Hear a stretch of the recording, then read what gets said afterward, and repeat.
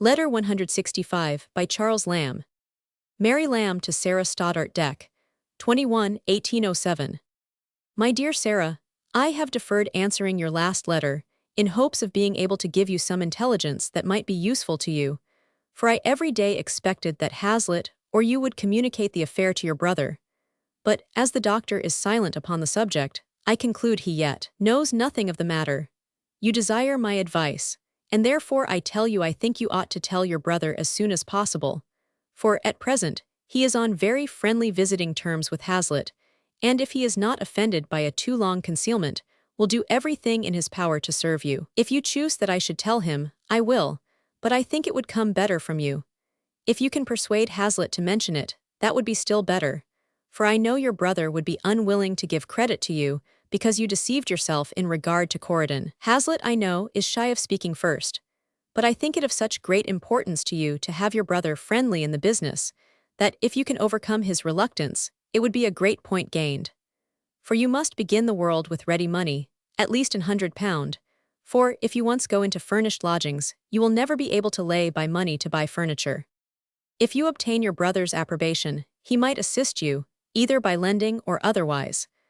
I have a great opinion of his generosity, where he thinks it would be useful. Hazlitt's brother is mightily pleased with the match, but he says you must have furniture, and be clear in the world at first setting out, or you will be always behindhand.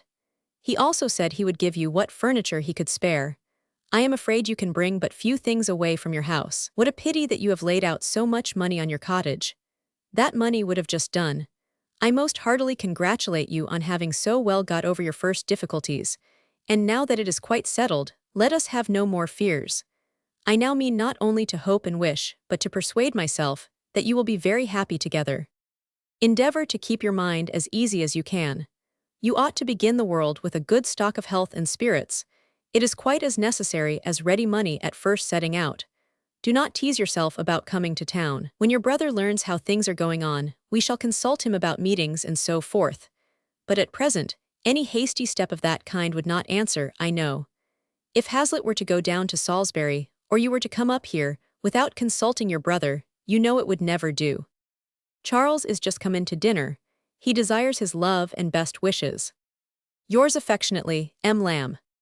Monday morning. Our next letter shows that, when Dr. Stoddart was at length told of the engagement, he resented it. We now come to two curious letters from Charles Lamb to Joseph Hume, not available for this edition, which are printed by Mr. W. C. Hazlitt in Lamb and Hazlitt. The first, dated December 29, 1807, contains the beginning of an elaborate hoax maintained by Lamb and Hume, who was Joseph Hume, a clerk in the victualling office at Somerset House, and the author of a translation of Tasso, in which Hazlitt, although the victim, played his part. Lamb asserts that Hazlitt has cut his throat.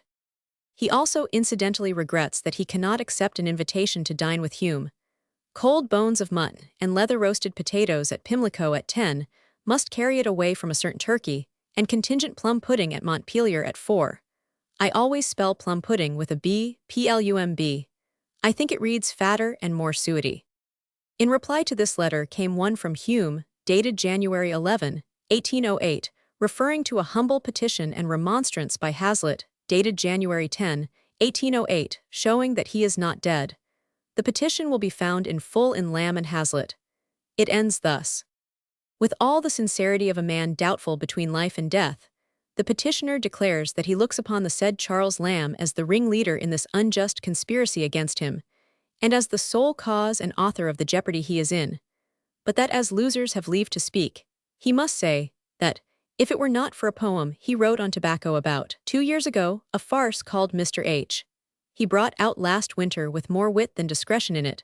Some prologues and epilogues he has since written with good success, and some lively notes he is at present writing on dead authors. He sees no reason why he should not be considered as much a dead man as himself, and the undertaker spoken to accordingly. The next letter, dated January 12, 1808, carrying on the joke, consists of speculations as to Hazlitt's reappearance. Lamb remarks that the commonest reason for the return of the spirits of the dead is the desire to reveal hidden treasures which they had hoarded in their lifetime. He destroys this theory in the case of Hazlitt in the following passage. I for my part always looked upon our dear friend as a man rich rather in the gifts of his mind than in earthly treasures.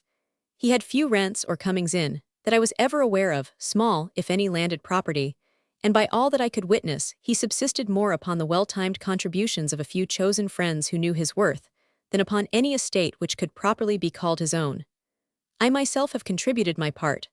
God knows, I speak not this in reproach. I have never taken, nor indeed did the deceased offer, any written acknowledgments of the various sums which he has had of me, by which I could make the fact manifest to the legal eye of an executor or administrator. He was not a man to affect these niceties in his transactions with his friends. He would often say, money was nothing between intimate acquaintances, that golden streams had no ebb, that a purse mouth never regorged, that God loved a cheerful giver but the devil hated a free taker, that a paid loan makes angels groan, with many such like sayings. He had always free and generous notions about money. His nearest friends know this best. Continuing the subject of the return of spirits, Lamb decides that it must be with the wish to establish some speculative point in religion. But whatever the cause of this reappearance may prove to be, we may now with truth assert that our deceased friend has attained to one object of his pursuits. 1 hour's separate existence gives a dead man clearer notions of metaphysics than all the treatises which in his state of casual entanglement the least immersed spirit can outspin. It is good to leave such subjects to that period when we shall have no heads to ache, no brains to distort, no faces to lengthen, no clothes to neglect.